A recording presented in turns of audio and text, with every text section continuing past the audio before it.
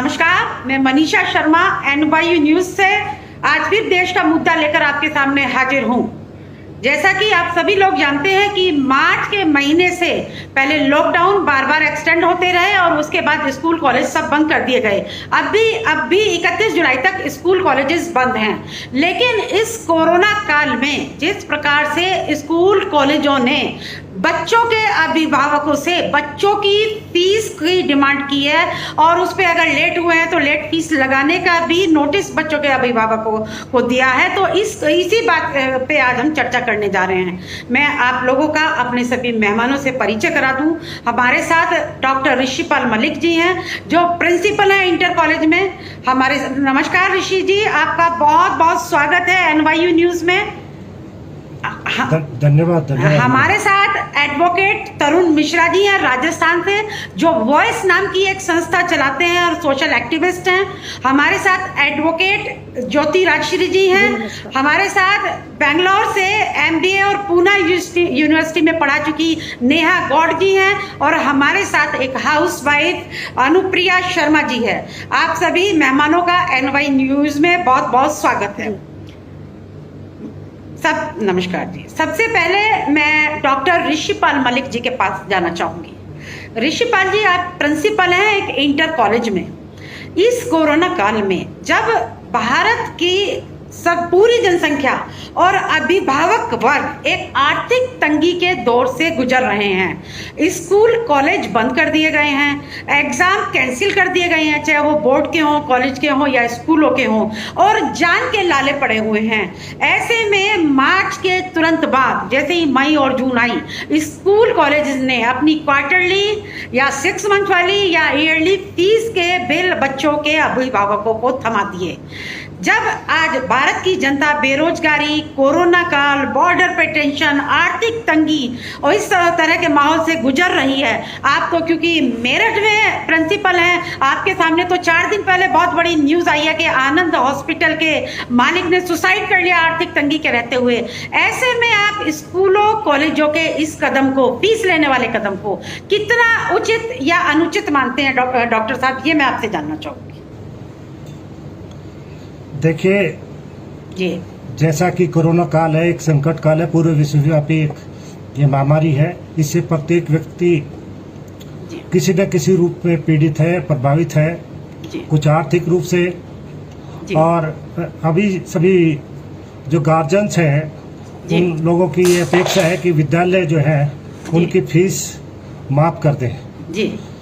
परंतु विद्यालय भी एक परिवार की तरह है। ऐसी परिस्थिति में जैसे परिवार का खर्चा पूरा करना होता है, विद्यालय को भी अपने खर्चे पूरे करने होते हैं। यहाँ दोनों स्कूल भी और विद्यालय भी को बीच का रास्ता निकाल के इससे आगे चलना होगा। मैं आपको मनीषा जी बता दूं, हमारे देश में भिन्न प्रकार के स्कूल हैं, भिन्न व्यवस्था है। कुछ स्कूल गवर्नमेंट के हैं, कुछ स्कूल जो है टाटा बिरला के हैं, कुछ स्कूल जो है धार्मिक हैं, कुछ स्कूल क्रिश्चियन हैं, कुछ अन्य संस्थाएं हैं और कुछ स्कूल वन मैन स्कूल है। तो सबकी आर्थिक स्थिति भी भिन्न प्रकार की है। एक स्कूल में करीब 50 से लेकर 250 तक परिवार उस पर आश्रित है। यदि गार्जियन सबके फीस देने में सक्षम होंगे या नहीं दे पाएंगे तो उन परिवारों का क्या होगा, स्कूल की स्थिति कैसे होगी, फीस की स्थिति कैसे होगी, इसकी EMI कहाँ से जाएगी, बिजली का बिल कहाँ से जाएगा, उस पर जो टैक्स है वो कहाँ पे जाएगा, मेट्रोपॉलिटन शहर में जितने भी स्कूल के टैक्स हैं उनकी टैक्स लगता है वो कहाँ से जाएगा, जिसमें देश निर्माण में ही काम आता है। तो डॉक्टर साहब आपका इशारा इस तरफ है कि स्कूल कॉलेज जो फीस ले रहे हैं वो जायज आपकी नजरों में है, क्योंकि उनके मल्टीपल एक्सपेंसेस हैं और फीस लेना उचित है। मैं तरुण मिश्रा जी आपके पास आना चाहूंगी। जब आज कोरोना काल में, तरुण मिश्रा जी आप मुझे सुन पा रहे हैं? जी मैडम। तरुण मिश्रा जी, आप तो एक सामाजिक संस्था भी चलाते हैं, सोशल एक्टिविस्ट भी हैं, लॉयर भी हैं। मैं आपसे जानना चाहती हूँ, स्कूल कॉलेजेस को जब लैंड अलॉट होती है सरकार उसमें बहुत रियायत देती है और मल्टीपल लोन वगैरह में भी स्कूल कॉलेजेस के लिए बहुत बड़ी फैसिलिटी दी जाती है। जब आज की डेट में फैक्ट्री के, इंडस्ट्री के मालिक या आम किसी कंपनीज के मालिक अपने कामगारों को घर बैठे सैलरी दे रहे हैं, चाहे वो कम है चाहे वो ज्यादा है, इस आर्थिक तंगी के दौर में एक इंसानियत का हवाला देते हुए हेल्प कर रहे हैं। तो स्कूल और कॉलेजेस के मालिक का इस कोरोना काल में अभिभावकों से इस प्रकार फीस वसूली कितना आप उचित मानते हैं, कितना अनुचित मानते हैं, ये आप मुझे बताइए। जी मनीषा जी, जैसा कि आपने बताया है कि इंसानियत के नाते, तो अभी इंसानियत के नाते अगर हम ये देखा जाए तो स्कूलों को भी देखना पड़ेगा और अभिभावकों को भी देखना पड़ेगा। अब स्कूल को ये कह दें कि स्कूल फीस माफ़ कर दें, तो स्कूल के पास जो सोर्सेज होते हैं वो केवल फ़ीस के थ्रू ही चलते हैं। जितने भी उनके पास सोर्सेज हैं, जो चाहे वो स्टाफ मैनेज कर रहे हैं या वो फैसिलिटीज़ जो उनका इंफ्रास्ट्रक्चर है उसका मैनेजमेंट है, वो सारी चीज़ें इसी पे डिपेंड करती है। केवल एक फ़ीस ही एक स्कूल के पास ऐसी चीज़ होती है जिससे वो सब चीज़ ये मैनेज कर पाते हैं। लेकिन जब ये महामारी का टाइम, ये हम बोल रहे हैं कि ये महामारी आ गई और ये कोरोना काल जो चल रहा है, जैसा कि हम सभी देख रहे हैं कि सभी लोग, मतलब इसके अंदर अनएम्प्लॉयमेंट भी बढ़ा है और कई लोगों की जॉब भी चली गई है। तो ये चीज़ें भी हमें देखनी पड़ेगी कि जो अभिभावक हैं उनकी आर्थिक स्थिति भी ये नहीं है। तो मेरा ये ऐसा मानना है कि स्कूल मैनेजमेंट को अभिभावकों के साथ मिलजुल कर इस मसले का हल करना चाहिए कि कुछ स्कूल उसके लिए कंसेशन या कुछ रियायत करे और कुछ अभिभावक ये प्रयास करें कि जितना भी, क्योंकि ऐसा होता है कि जैसे कोई भी बच्चा अपना स्कूल के अंदर हम दाखिल करवाते हैं तो हम पूरा ईयरली उनका मैनेजमेंट करके चलते हैं कि इतना पैसा हमको अलग से रखना पड़ेगा, ये बच्चों की फ़ीस है। तो आप एक बीच का रास्ता अख्तियार करवाना चाहते हैं कि जो सक्षम है वो स्कूल कॉलेजेस की फीस देते हैं, जो सक्षम है उनके लिए कुछ कंसेशनल बात हो, ऐसा मैं समझी हूँ आपकी बात से। क्योंकि और एक चीज मेरी एक दिमाग में और आ रही है कि इसके अंदर जैसे ये बड़े जो स्कूल होते हैं ये करते हैं कि ईयरली फीस लेते हैं और हाफ ईयरली फीस लेते हैं। मतलब मेरा अभी जो ये कंडीशन है उसमें ये देखना चाहिए स्कूलों को कि जो अभिभावक अगर ईयरली एक साथ नहीं दे पा रहे या हाफ ईयरली नहीं दे पा रहे तो उनके लिए मंथली इंस्टॉलमेंट की भी व्यवस्था स्कूल कॉलेज कर रहे हैं, ऐसा स्कूल कॉलेज कर रहे हैं। मैं नेहा गौड़ आपके पास आना चाहूंगी। नेहा गौड़, आप मुझे सुन रही हैं? नेहा गौड़, मैं आपके पास आना चाहूंगी। आपने पूना यूनिवर्सिटी में पढ़ाया भी है, आजकल आप बेंगलोर में हाउसवाइफ की तरह भी रह रही हैं, आपके 2 बच्चे भी हैं। ये ऑनलाइन क्लासेस जो स्कूल कॉलेज कर रहे हैं और बच्चों को पढ़ा रहे हैं, उन ऑनलाइन क्लासेस से पेरेंट्स को कितना अच्छा लग रहा है या कोई परेशानी फील कर रहे हैं, इस पर आप रोशनी डालिए नेहा गौड़। बिल्कुल, देखिए ये जो ऑनलाइन क्लासेस का ड्रामा स्कूल्स ने शुरू किया है, इससे पेरेंट्स परेशान ज़्यादा हो रहे हैं, परेशानी का हल कम निकल रहा है। क्यों? क्योंकि एक तो मेंटल ट्रॉमा है, पेरेंट्स को, बच्चों को बीमारी का डर है, फेयर है, जो फेयर किड्स में भी जा रहा है पेरेंट्स के थ्रू, और बच्चों का लाइफस्टाइल चेंज है, वो सारा टाइम घर में है, घर से बाहर उन्हें निकलने नहीं दिया जा रहा है। ऊपर से उनका टीवी टाइम बढ़ गया है, प्लस अगर वो ऑनलाइन क्लासेस करते हैं तो उनका मोबाइल पे या लैपटॉप पे टाइम बहुत ज़्यादा वो स्पेंड कर रहे हैं।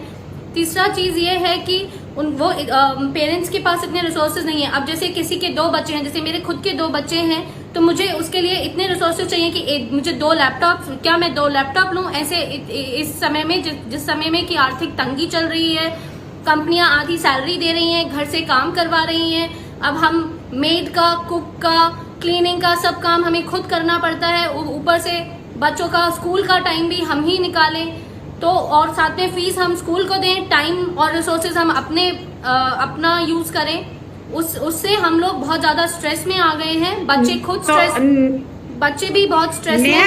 नेहा जी, आपके हिसाब से ये ऑनलाइन क्लासेस एक बर्डन साबित हो रही है, एक ड्रामा साबित हो रही है। मैं ज्योति जी आपके पास आना चाहूंगी। ज्योति जी, आप के खुद बच्चा है स्कूल गोइंग और आप एडवोकेट हैं और काफ़ी जुझारू किस्म की आप एक वकील हैं तीसरेदारी कोर्ट में। मैं आपसे जानना चाहूंगी कि ये ऑनलाइन क्लासेस आज के दौर में फीस वसूली का एक धंधा है या ये ठीक है? आप क्या सोचती हैं इस बारे में? देखिए मनीषा जी, मैं ये सोचती हूँ कि ये जो ऑनलाइन क्लासेस हैं ये सिर्फ फीस को जस्टिफाई करने का एक तरीका है, ताकि स्कूल कल को ये कह सके कि हमने ऑनलाइन क्लासेस दी थी and we are entitled for the fees. Otherwise देखा जाए तो जो ऑनलाइन क्लासेस हैं, अब जैसे आप ऑनलाइन एप्स की बात करें, बायजूस हो गया, वेदांतु हो गया, उनके पास एक प्रॉपर फॉर्मेट होता है, एक स्ट्रक्चर होता है, उनका एक प्रॉपर तरीका होता है ऑनलाइन क्लासेस देने का, जिसको फॉलो स्कूल तो कर रहे हैं, लेकिन प्रॉपर इंफ्रास्ट्रक्चर के साथ ना ही स्कूल बैठे हैं और ना ही पेरेंट्स और बच्चे बैठे हैं। ये चीजें पहले से ही लोगों को अवगत नहीं थी और ना ही स्कूल को थी। स्कूल के पास प्रॉपर कोई इंफ्रास्ट्रक्चर नहीं है। मैं खुद देखती हूँ जब मैं ऑनलाइन क्लासेस मेरे बेटे की होती हैं और जब मैं खुद सुनती हूँ, मुझे खुद नहीं समझ में आता कि टीचर क्या कह रहे हैं। कई बार आवाज आगे पीछे होती है, कई बार कनेक्शन नहीं हो पाता है, नेटवर्किंग प्रॉब्लम होती है और बच्चे खामखा 4 घंटे के लिए ब्लॉक हो जाते हैं। उन्हें समझ कुछ नहीं आता at the end of the day. In fact मैं एक लिटरेट एडवोकेट होके नहीं समझ पाती हूँ कि टीचर्स ने क्या समझाया। तो बच्चों की तो बात ही दूर पे है। बच्चों के लिए हर सेशन नया होता है, हर एजुकेशन स्टेप्स नए होते हैं और उस पे टीचर जिस तरह से समझा रहे हैं। और मैं एक चीज इसमें और बताना चाहूँ, 2 टीचर्स या 1 टीचर्स, कई स्कूलों से मेरे को पेरेंट्स से मेरी बात होती है तो वो बताते हैं कि हर सब्जेक्ट का अलग टीचर नहीं है। हर सब्जेक्ट में क्या हो रहा है कि अगर 4 सब्जेक्ट है तो सिर्फ 1 टीचर पढ़ा रहा है और 1 टीचर भी वो प्रॉपर नहीं पढ़ा रहा। अगर बात सैलरी की जाए तो आप 1 टीचर से सारे सब्जेक्ट पढ़वा रहे हैं और सैलरी के नाम पे आप सारे टीचर्स की सैलरी लेने के लिए ये एक्सक्यूज देते हैं कि हमें फीस लेनी जरूरी है। इस पे मैं एक रोशनी डालना चाहूंगी मनीषा जी। अभी 30 जून को एक रिट पिटीशन सुप्रीम कोर्ट में फाइल हुई है जो एडवोकेट दीपक कंसल ने अगेंस्ट यूनियन ऑफ इंडिया करी है, जिसमें उन्होंने हम जो आज जिस शीर्षक पे विषय पे हम डिबेट कर रहे हैं वो सारे उन्होंने विषय एक एक करके उस पिटीशन में ली हैं। मैंने बहुत सारी पिटीशन सुप्रीम कोर्ट में डली है बच्चों की फीस से ले। बिल्कुल बिल्कुल ज्योति जी, मैं आपके पास लौट के आती हूँ। अनुप्रिया जी लाइन पे है। अनुप्रिया जी, आप एक हाउस वाइफ हैं, एक प्रोफेशनल की वाइफ हैं, 2 बच्चों की और सास ससुर के साथ रह के बहुत अच्छी परवरिश करती हैं। मैंने आपके पहले भी कई डिस्कशन किए हैं इस बारे में। मैं आपसे जानना चाहती हूँ, आपका एक बच्चा टीनेज क्रॉस कर रहा है, एक टीनेजर है, कि ऑनलाइन क्लासेस का बच्चों की मानसिक स्थिति पर क्या प्रभाव पड़ रहा है, ये मैं आपसे जानना चाहूँगी। देखिए, ऑनलाइन क्लासेस का आजकल बहुत ज्यादा ट्रेंड जो चल चुका है, जो बहुत ही बच्चों के लिए बहुत ही खतरनाक साबित हो रहा है। एक्चुअली क्या था, पेरेंट्स हम लोग को मजबूरन पेरेंट्स के लोगों को बच्चों के हाथ में फोन देना पड़ता है। मजबूरन हमको उनको लैपटॉप के आगे बिठाना पड़ता है, जो कि हम बिल्कुल नहीं चाहते थे। अगर हम ऑनलाइन क्लास बच्चों को नहीं दिलवाते हैं तो टीचर बैन लगाती है, 5 मिनट के बाद बच्चों को क्लास में नहीं लिया जाएगा, बच्चों के साथ ये नहीं किया जाएगा। तो मेरे जो हस्बैंड है वो प्रोफेशनल है। अब फीस की अगर बात आती है तो आप हर जो आप पीरियड लेते हो उस पीरियड के बाद एक पैसेज भेजते हो कि आपने फीस जमा करानी है, आपने फीस सबमिट करानी है। किस लिए फीस सबमिट करानी है भाई? हमें हर सारे खर्चे तो हम लोग उठाते हैं। आप छोटी सी बात, मतलब आर्थिक तंगी के दौर में भी आप एक प्रोफेशन जब नहीं चल रहा है, आप खुद हाउस वाइफ हैं, एक वो प्रेशर जो है आम जनता को अवसाद की तरफ लेके जा रहा है, जैसा मुझे लग रहा है। मनीष सिसोदिया जी ने कहा था 3 महीने की फीस आप 1 महीने लेंगे। सारे प्राइवेट स्कूलों को ये निर्देश दिया गया था, लेकिन हर स्कूल हर महीने फीस डिमांड कर रहा है। यहाँ तक कि गवर्नमेंट नोटिफिकेशन की भी धज्जियां उड़ाई जा रही हैं खुलेआम तौर पे। इसीलिए इतनी सुप्रीम कोर्ट में केसेस लग रहे हैं। जी ज्योति जी, मैं आपके पास लौट कर आऊंगी। डॉक्टर ऋषिपाल जी मेरे साथ हैं। ऋषिपाल जी, मैं आपसे एक सवाल और करना चाहती हूँ। जब आज देश में, चाहे वो योगी जी का स्टेट हो, चाहे वो अरविंद केजरीवाल जी का स्टेट हो या फिर उत्तराखंड हो, लोगों के अकाउंट में कुछ कुछ पैसा दिया गया है, सबको हेल्प की गई है, सबकी आर्थिक तंगी को देखा गया है। आज जब पेरेंट्स, चाहे वो, मैं खुद एक वकील हूँ, बिल्कुल 4 महीने से वकीलों की वकालत नहीं चल रही है, मैं इस पे काफ़ी बार डिबेट कर चुकी हूँ।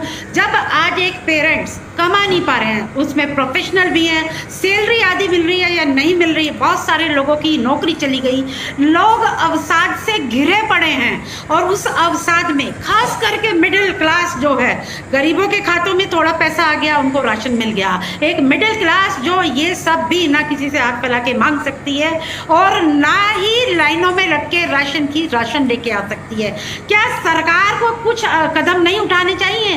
क्या स्कूल कॉलेज के मालिकों को सरकार से डिमांड नहीं करनी चाहिए पेरेंट्स के फेवर में कि हम इन बच्चों की इतने दिन की फीस आधी कर रहे हैं या माफ कर रहे हैं, और हमारे लिए ये करना बिल्कुल ही मुश्किल है क्योंकि हमारा मैनेजमेंट पूरा बिगड़ जाएगा, हमारे भी एम्प्लॉई, आप हमें हेल्प करें। सरकार से मांगे या सरकार खुद कदम बढ़ाए? आप इस पे क्या कहना चाहेंगे ऋषिपाल जी? हाँ मनीषा जी, देखिए इसमें इसके बारे में मुझे एक ही बात कहनी है कि हमेशा ये दुनिया का एक रूल है कि 68% लोग जो हैं उन पे हर रूल रेगुलेशन लागू होता है। आप भी वकील हैं, सुप्रीम कोर्ट हाई कोर्ट में वकील हैं, सुप्रीम कोर्ट में वकील हैं, नीचे वाले 16 और ऊपर वाले 16 पे ये चीज़ें कोई प्रभाव नहीं डालता। उन 68% लोगों में ज़्यादातर लोग वही है जिनका आप जिक्र कर रहे हैं। अब ऐसी परिस्थिति में सरकार ने, जैसे यूपी एक बहुत बड़ा स्टेट है, यहाँ के उप मुख्यमंत्री है डॉक्टर दिनेश शर्मा, उन्होंने एक शासनादेश निकाल दिया है और शासनादेश के तहत ये किया है कि कोई भी पब्लिक स्कूल हो या वैसा स्कूल हो 3 महीने की या 6 महीने की फीस एक बार नहीं लेगा, किसी बच्चे का नाम नहीं काटेगा और बस की फीस नहीं लेगा। दूसरे अन्य जितने भी खर्चे हैं उसको स्कूल मैनेजमेंट के साथ मिलके गार्जियन अपना बीच का रास्ता निकाल के और अपने बच्चे की पढ़ाई भी ना छूटे और ये स्कूल का काम भी चलता रहे। कुछ ऐसी परिस्थिति डॉक्टर साहब सरकार आपने सही फरमाया कि ये रास्ता, पर ये किताबों में ही है। बीइंग अ मदर, मेरा बच्चा भी किसी इंडिया के अच्छे बड़े लॉ कॉलेज में पढ़ता है। मुझको जो 1 महीने का टाइम दिया जाता था फीस जमा करने का, 12 दिन का दिया गया और उसमें अगर 1 दिन लेट होगा तो 50 रुपये के हिसाब से, और अगर 10 दिन के बाद से लेट होगा तो 75 रुपये के हिसाब से फाइन का नोटिस आया, जो मैंने आनन फानन में जमा कर दी जून में। मैं आना चाहूँगी तरुण मिश्रा जी आपके पास, जो भी सरकार की योजनाएं हैं इस बारे में पेरेंट्स की परेशानियों को समझते हो, वो कागजों में रखी रह गई, मुझे इफेक्टिव होती नजर नहीं आ रही। जैसा डॉक्टर साहब ने कहा, आप इस पे कैसा अनुभव करते हैं, क्या आपने के विचार हैं इस बारे में? तरुण मिश्रा जी। जैसे ये पूरी चर्चा चली है, इसके अंदर हम ये देखेंगे कि हम लोग ये चाह रहे हैं कि स्कूल हमारी फ़ीस माफ़ करे, हमारे बच्चों की स्कूल फीस माफ़ करे। अब आप इस गवर्नमेंट की जो पॉलिसी है उस पर भी आप एक बार चर्चा कीजिए कि गवर्नमेंट ने क्या किया है। गवर्नमेंट ने ये किया है कि 3-3 महीने 4-4 महीने का जो अभी इलेक्ट्रिसिटी बिल पे ले लीजिए, इलेक्ट्रिसिटी बिल और जो हमारा पानी का बिल आ रहा है, इसको भी गवर्नमेंट जो पूरी तरह से सक्षम है उसने भी माफ़ नहीं किया है, उसको स्थगित किया है, कुछ टाइम के लिए स्थगित किया है, सस्पेंड किया है, ना कि उसको फ्री कर दिया है। तो ये चीज़ स्कूलों पे भी लागू, स्कूल के पास तो सोर्सेज ही लिमिटेड है ना, गवर्नमेंट के पास तो सारे सोर्सेज हैं। तो मेरा मानना ये है कि इसके अंदर गवर्नमेंट को भी इन्वॉल्व होना चाहिए, और जो ये प्राइवेट संस्थाएं हैं जो स्कूल और कॉलेजेस चला रही है, इनके लिए गवर्नमेंट को एक आर्थिक पैकेज देना चाहिए, ताकि जिससे एक तो अभिभावक जो है उनके ऊपर भी प्रेशर ना आए और ना ही मैनेजमेंट पे प्रेशर आए। तो ये थोड़ा सा आर्थिक पैकेज देना चाहिए। बिल्कुल मैं सपोर्ट करती हूँ और मैं खुश हूँ कि आम जनता और आप ऐसा सोचते हैं। नेहा जी, मैं आपके पास आना चाहूँगी। जो स्कूल कॉलेजेस की क्लासेस होती हैं मॉर्निंग आवर्स में 7 से 8 से 9 से या 10 से, और जो वर्क फ्रॉम होम पेरेंट्स कर रहे हैं उनका भी टाइम 10 से 5 या 6 तक का होता है। ऐसे में छोटे बच्चों के पेरेंट्स लाइक योर हस्बैंड, कैसे 2 बच्चों के पेरेंट्स ऑनलाइन क्लासेस और अपने ऑफिस में सामंजस्य बना पाते हैं? मैं इस पे आपसे जानना चाहूँगी, because you are facing such problems. ये इससे हम लोगों को बहुत फिजिकल स्ट्रेस हो रहा है, क्योंकि हमें सुबह जल्दी उठ के सब काम घर का ख़त्म करना पड़ता है, और फिर बच्चों को उठा के नहला के खाना बना के खिला के, तो आधा टाइम हमारा उसी में चला जाता है। मीटिंग्स नहीं हो पाती हैं, हमें ऑफिस में कुछ भी बोलना पड़ता है कि अभी हम बिजी हैं या वॉट एवर रीजन्स हैं, और बहुत सारी दिक्कतें आती हैं, और हमारा खाना नहीं बन पाता है। हम पूरा दिन टेंशन में रहते हैं, आधी चीज़ें हम कर पाते हैं, आधी नहीं कर पाते हैं, तो वो हताशा हमारे मन में हमेशा रहती है, और बच्चों का कई बार मूड नहीं होता है। हताशा की तरफ धकेल दिया जा रहा है अभिभावकों को। मुझे एक अभिभावक ने बतलाया था कि अगर वो ऑनलाइन अवेलेबल नहीं होते तो उनको नौकरी से निकालने की धमकी ऑफिस से मिलती है।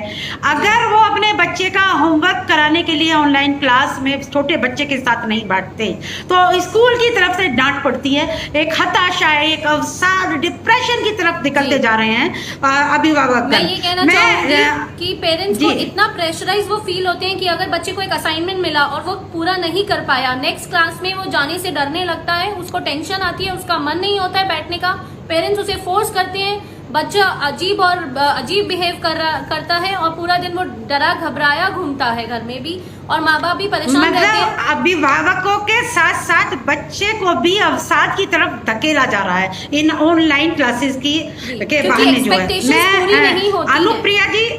अनुप्रिया जी, मैं आपसे जानना चाहूंगी, हर वक्त स्क्रीन पे रहते हुए क्या बच्चों की आंखों पे भी कोई असर पड़ता है? क्या ये ऑनलाइन क्लासेस को आप सपोर्ट करेंगी हेल्थ पॉइंट ऑफ व्यू से, या फिर हाँ ये ऑनलाइन क्लासेस क्या बच्चे की हेल्थ पे भी इफेक्ट डाल रही हैं, या ठीक है? आप क्या कहना चाहेंगे? नहीं, बहुत इफेक्ट डाल जी। रही है बच्चों की आंखों पे, बच्चों के दिमाग पे।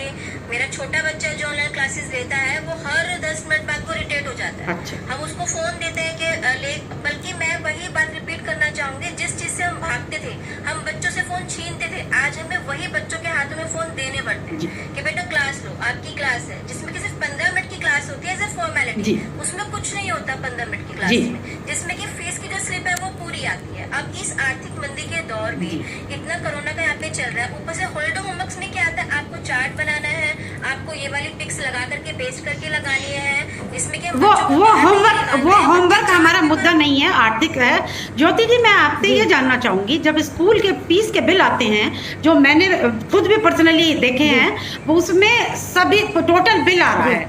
जब आज स्कूल कॉलेजेस बंद है, ये मेरी एक सोच है, ना आपके बड़े बड़े कॉलेजेस के मेंटेनेंस, ना वहाँ पे माली, ना वहाँ पे बाकी लोग काम कर रहे हैं, तो आप वो सब बर्डन बच्चों पे फी बिल की रूप में क्यों डाल रहे हैं? आप ट्यूशन फीस ले लीजिए अगर आपको लेनी ही है, लेकिन टोटल फीस लाखों रुपए के बिल आ रहे हैं। आपका क्या मानना है? क्या स्कूल कॉलेजेस को टोटल फीस या ट्यूशन फीस या कंसेशनल फीस, क्या आप क्या सोचती हैं मैं इस ये बारे में? सोचती हूँ मनीषा जी, आप बिल्कुल सही कह रही हैं। कई प्राइवेट स्कूल बिल्डिंग फंड के नाम पे, लैब चार्जेस के नाम पे, लाइब्रेरी चार्जेस के नाम पे, डेवलपमेंट के नाम पे जी। बहुत हेफ्टी अमाउंट होता है वो चार्ज कर रहे हैं, जबकि इस वक्त कुछ भी अवेलेबल नहीं है। ट्रांसपोर्टेशन जी। तक चार्ज कर रहे हैं, जबकि ट्रांसपोर्टेशन अवेलेबल नहीं है। व्हेन एवरीथिंग जी। इज क्लोज्ड, आप इतना क्यों चार्ज कर रहे हैं? और रही बात अगर स्कूल के एक्सपेंसेस की, मनीषा जी एक बात मैं यहाँ पे पॉइंट करना चाहूंगी, हर साल एडमिशन के टाइम पे हर प्राइवेट स्कूल लाखों में डोनेशन लेता है, फंड लेता है, डेवलपमेंट के नाम पे बहुत सारे चार्जेस लेता है, एनुअल फीस लेता है। तो वो सब चीजें किस काम के लिए आती हैं? इन्हीं कामों के लिए आती हैं। रही बात आपके एक्सपेंसेस और सैलरी की, तो आप इन सब चीजों से क्या एक साल मीट आउट नहीं कर सकते? आप टीचर्स को घर से सैलरी नहीं दे सकते, 50% भी नहीं दे सकते। आप ट्यूशन फीस चार्ज कीजिए, लेकिन ट्यूशन फीस के अलावा आप ये सब चार्ज कर रहे हैं। दिल्ली गवर्नमेंट के ये कहने के बाद कि 3 महीने की फीस न लेकर के स्कूल सिर्फ 1 महीने की फीस लेंगे, पर स्कूल फिर भी पूरी फीस चार्ज कर रहे हैं। हर महीने उनका एक रिमाइंडर आता है हमें। मैं डॉक्टर ऋषि जी, मैं आपके पास आना चाहूंगी। जी। अब इस कोरोना जी, काल जी। में जब इतनी परेशानी से आम नागरिक जूझ रहा है, तो आप ट्रांसपोर्ट चार्ज भी ले रहे हैं, आप बिल्डिंग चार्ज भी ले रहे हैं, आप बाकी चार्ज भी ले रहे हैं। अगर हम स्कूल फीस का बाइफर्केशन करें तो 1/4 या 1/3 फीस ही ट्यूशन फीस है। अगर उसको बाइफर्केट करें, क्या स्कूलों को सिर्फ ट्यूशन फीस ही नहीं लेनी चाहिए, बाकी फीस छोड़ देनी चाहिए? उसका तो जिम्मा अभिभावकों का नहीं है। आप बहुत कमा चुके, स्कूल बिल्डिंग बना के आप सालों साल कमाते रहिए। अनसीन सर्कमस्टांस है कोरोना का, ना अभिभावकों ने देखा, ना स्कूल वालों ने देखा, ना भारत की जनता ने देखा। इसमें कहीं किसी जगह तो इंसानियत का पुट आए। आपका क्या सोचना है डॉक्टर साहब? हाँ, इसमें मेरा ये सोचना है सीधे सीधे कि ये सेंट्रल गवर्नमेंट को इस बार में एक कमीशन या कोई चीज गठन करना चाहिए, जिसकी 15 दिन में रिपोर्ट आ जाए जी। कि स्कूल में कौन से खर्चे जायज हैं और कौन से ऐसे खर्चे हैं जिनको अभिभावकों से ना लिया जाए, जी। और उसकी एक कमेटी बनके पूरे इंडिया में, पूरे देश में वो लागू कर देनी चाहिए एक रूपता के अनुसार। इससे गार्जियन का भी भला होगा और स्कूल में से जो खर्चे स्कूल को करने हैं वो भी पूरे हो जाएंगे। जी। क्योंकि समस्या यहाँ पैदा होगी कि कुछ स्कूल जो है बड़े स्कूल हैं जो 1-1 लाख 1.5 लाख रुपए फीस लेते हैं, वहाँ तो समस्या बिल्कुल नहीं है। जहाँ बहुत छोटे लेवल के स्कूल हैं वहाँ बहुत कम फीस लेते हैं, तो उन्हें टीचर की सैलरी, स्टाफ की सैलरी देने में बड़ी प्रॉब्लम आ जाएगी। तो इसमें सरकार को ही कोई निश्चित रूप से कदम उठाना चाहिए, या जैसे लोग जो ना SLP डाल के सरकार से पूछे या हाई कोर्ट से पूछवाएं या कोई कराएं, वही रास्ता कोई निकलेगा, तभी कुछ बिल्कुल ठीक डॉक्टर साहब, सामाजिक रूप से- सरकार को भी स्ट्रॉन्ग कदम उठाने पड़ेंगे। स्कूलों का भी बाइफर्केशन है। एक हाई क्लास हाँ, स्कूल है जो मैं लाखों फीस लेते हैं, एक गरीब तबके के भी स्कूल हैं जहाँ फीस बहुत कम है और वो टीचर की सैलरी, अदर एक्सपेंसेस करते हैं। सरकार का इंटरफेयर डॉक्टर साहब ने सुझाया बहुत जरूरी है। जहाँ स्कूलों को जरूरत है वहाँ सरकार हेल्प करे। करें, जहाँ नहीं है वहाँ के लिए डायरेक्शंस दे, चाहे कोर्ट के जरिए चाहे सरकार अपने जरिए, कि भाई आप इन टीचर्स की दें सैलरी वगैरह और बच्चों के अभिभावकों से नाजायज वसूली ना करें। बहुत ठीक, आज की हमारी चर्चा मैं यहीं खत्म करूंगी। आप सभी का बहुत बहुत धन्यवाद है। जय हिंद, जय भारत। फिर मिलते रहेंगे अलग अलग चर्चाओं पर। Thank you all of you. Thank you.